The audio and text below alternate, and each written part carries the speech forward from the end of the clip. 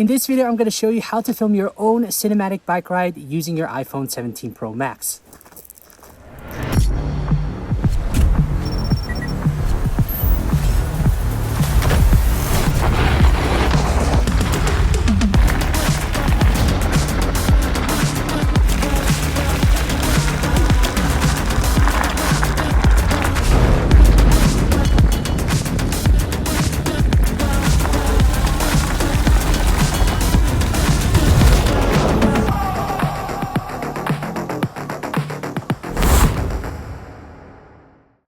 Now, before we get into how I captured each shot, let me quickly go over the camera settings I used for capturing the bike ride scene. I recorded everything using the Blackmagic camera app as it gives me full manual control. The codec was set to H.265 to save storage space and the resolution to 4K. The color space was set to Apple Log 2 for more flexibility in the color grading process. I also applied an assisting LUT, the Cinema Teal LUT, inside the app so that I can preview the final look I was aiming for. I also make sure I enable lock white balance on record to keep colors consistent throughout the shots. The frame rate was set to 25 frames per second following the 180-degree shutter rule for natural motion blur, which also helps enhance the sense of speed in the video. I also used a VND filter, specifically the Freewell 1 to 5 stop VND, which also comes with a case. I also kept the ISO as low as possible for clean results. Stabilization was turned off for locked off shots. When the camera was mounted on the bike, I switched over to extreme and slightly increased the shutter speed for smoother stabilization. And for audio, I used stereo, which records from all microphones for a more immersive sound. Now, don't worry if you pick up some wind noise, that actually enhances the sense of speed. Speaking of speed, I wanted this bike ride video to really capture the feeling of motion and intensity you experience while riding. Now, there are several ways to achieve that effect. You've already heard me say by following the 180-degree shutter rule and including wind noise in your video. But I'll also show you a few additional techniques throughout the video that can help enhance the sense of speed. So for the very first shot, I used a tripod to capture a wide shot that establishes the scene. In this shot, I introduce the video and then walk over to the bike to sit on it. Now, the tripod I used is the Real Travel tripod from Freewell, which I highly recommend. I love how lightweight, compact, and versatile it is. By the way, you can find all products mentioned in the video description below. Now, to frame myself more easily, I used the phone monitor from SmallRig, which mirrors the phone screen. It was extremely helpful for self-filming since it saved me from constantly walking back and forth to adjust the framing. For the next shot, I again used the tripod and recorded a medium shot of myself walking to the bike, sitting down and putting on my goggles from a slight lower angle. I didn't create any shot list or so, but what really helped is visualizing the edit in your mind. I think about how each shot connects to the one before. It doesn't necessarily mean you have to film everything in chronological order though. In my case, the edit didn't follow the order I shot in, but having the final edit in mind still made the process much easier. Next, I captured a shot of the display using the tripod from a slightly higher angle with the 48mm lens. You can also see with the 48mm lens, it creates background blur, which created a sense of depth and separation. For shot number 4, I filmed a low angle shot of myself kicking the bike stand back using the 48mm lens. I also locked the focus on the bike stand before recording. Now, what's great about Freewell's travel tripod is that you can mount the center column upside down, which makes it easy to capture low shots like this. Next, I wanted the shot of myself cranking up the accelerator. Again, I used the tripod with the 100mm lens this time, set at eye level. Then for shot number 6, I filmed the headlight using the tripod with the 100mm lens slightly from a lower angle. In the final video, you can see that I've added lens flare to it, which made the video a bit more cinematic, and the plugin I used is from Motion VFX called M-Flare 2. I also filmed the rear reflector, which I also applied a lens flare to it to add more interest. Okay folks, let's take a quick break to talk about out Mangosteen, who kindly sent me this e-bike, the FT03. It's actually my very first e-bike, and honestly, ever since I've got it, I've been riding it non-stop. It's been so much fun, especially here in the forest. The setup was super easy. Most of it came pre-assembled, and with the online tutorial, I was able to finish it by myself in around an hour.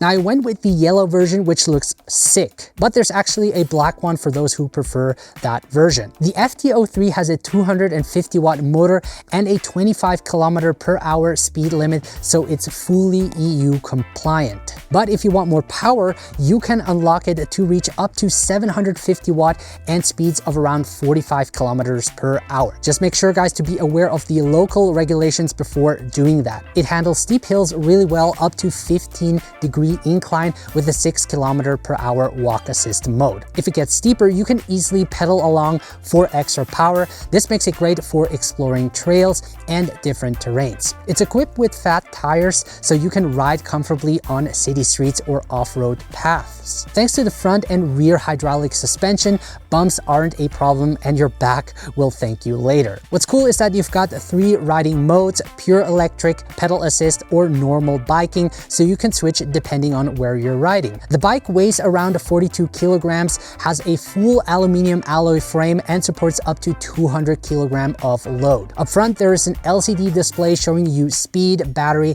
and mode, plus a bright headlight and rear reflector for safe rides during the day or at night. The removable 48-volt lithium-ion battery charges in about 7 hours, and I usually just plug it in overnight. On a full charge, you can get it up to 80 kilometers in full electric mode, or around 90 to 120 kilometers with pedal assist, which is pretty impressive. Overall, the riding experience with the FT03 is super comfortable, even for longer rides. I mean, have you seen the ergonomic motorcycle style saddle? It looks really nice. The Mangosteen FT03 is priced at 1,699 euros. If you're interested in learning more, I've left a link down below. With that said, thank you, Mangosteen, for sending it over. Let's now continue with our next shot. Now we're getting into the more fun part of the scene, which is drifting. I'm still using the tripod, and I'm recording it at eye level using the 13mm lens to get an ultra wide shot of the action. Now, I wasn't sure if that shot was interesting enough, so I decided to get a lower angle shot as well by inverting the center column again on the tripod. I also wanted some debris to fall towards the camera to add more impact. This took me a few tries, but I eventually got a shot that looked really epic. Now, just be careful if you try this, as it could damage your V&D filter. I actually added a third perspective to the drifting scene, which was a rigged shot. For this kind of setup, it's important to use the right gear so everything stays mounted securely. The last thing you want is your iPhone falling off or getting damaged mid-shoot. For this bike rig setup, I used the Leaplumen HY-A1 phone mount.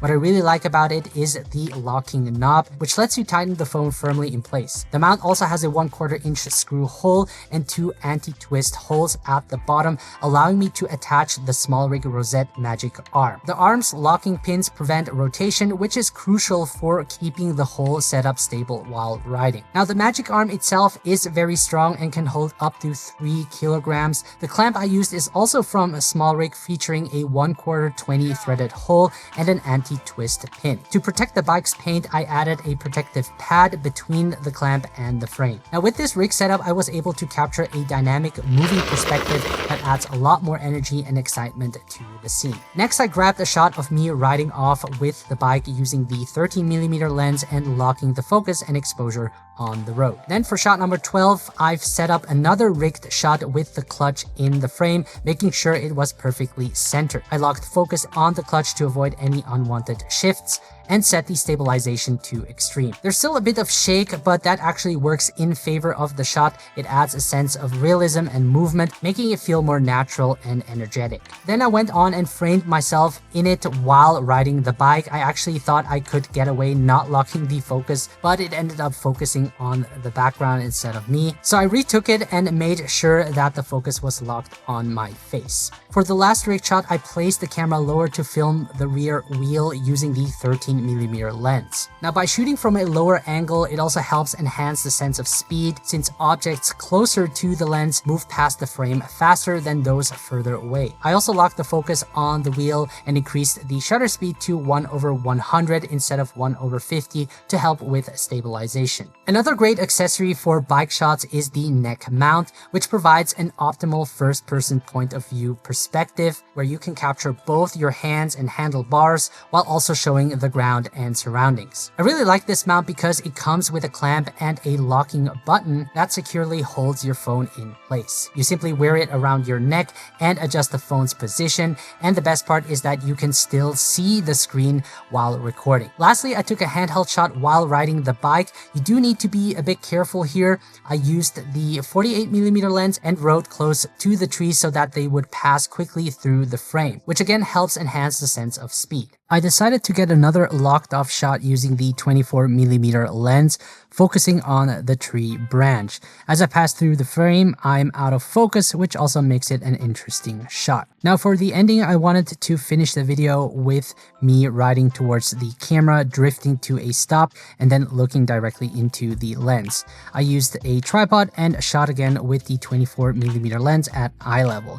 The challenge was to stop right in the center of the frame and at the right distance, so it took me a few tries. In the final edit, I also added a flare to give it a more cinematic feel. Now, a big part of making your bike ride video come alive is in the editing process. Now, if you'd like a full breakdown of my editing process, let me know in the comments below and I'll make a video about it. I went for a moody look, and by applying an orange and teal color grade, I was able to make the video stand out and give it a more cinematic feel. You might also notice a slight swirly bokeh effect in the background, which I added to create more depth and separation between the subject and the background. Another key element is sound design. Here's the video with sound effects.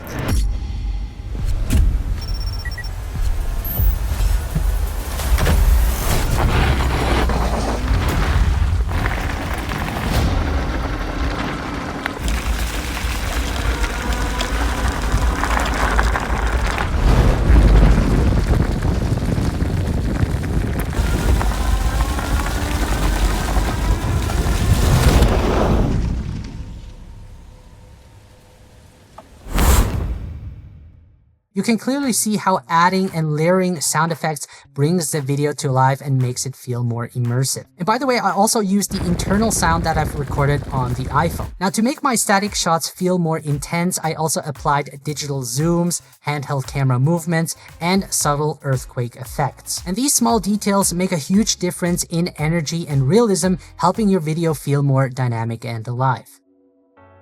As you can see, the combination of proper camera placement, field of view adjustment, and enhanced motion blur can really drastically improve your iPhone footage and makes it feel as action-packed and thrilling as the actual experience. If you're interested in this e-bike, check out the link in the video description below. Thank you so much for watching, guys. Take care and see you in the next one.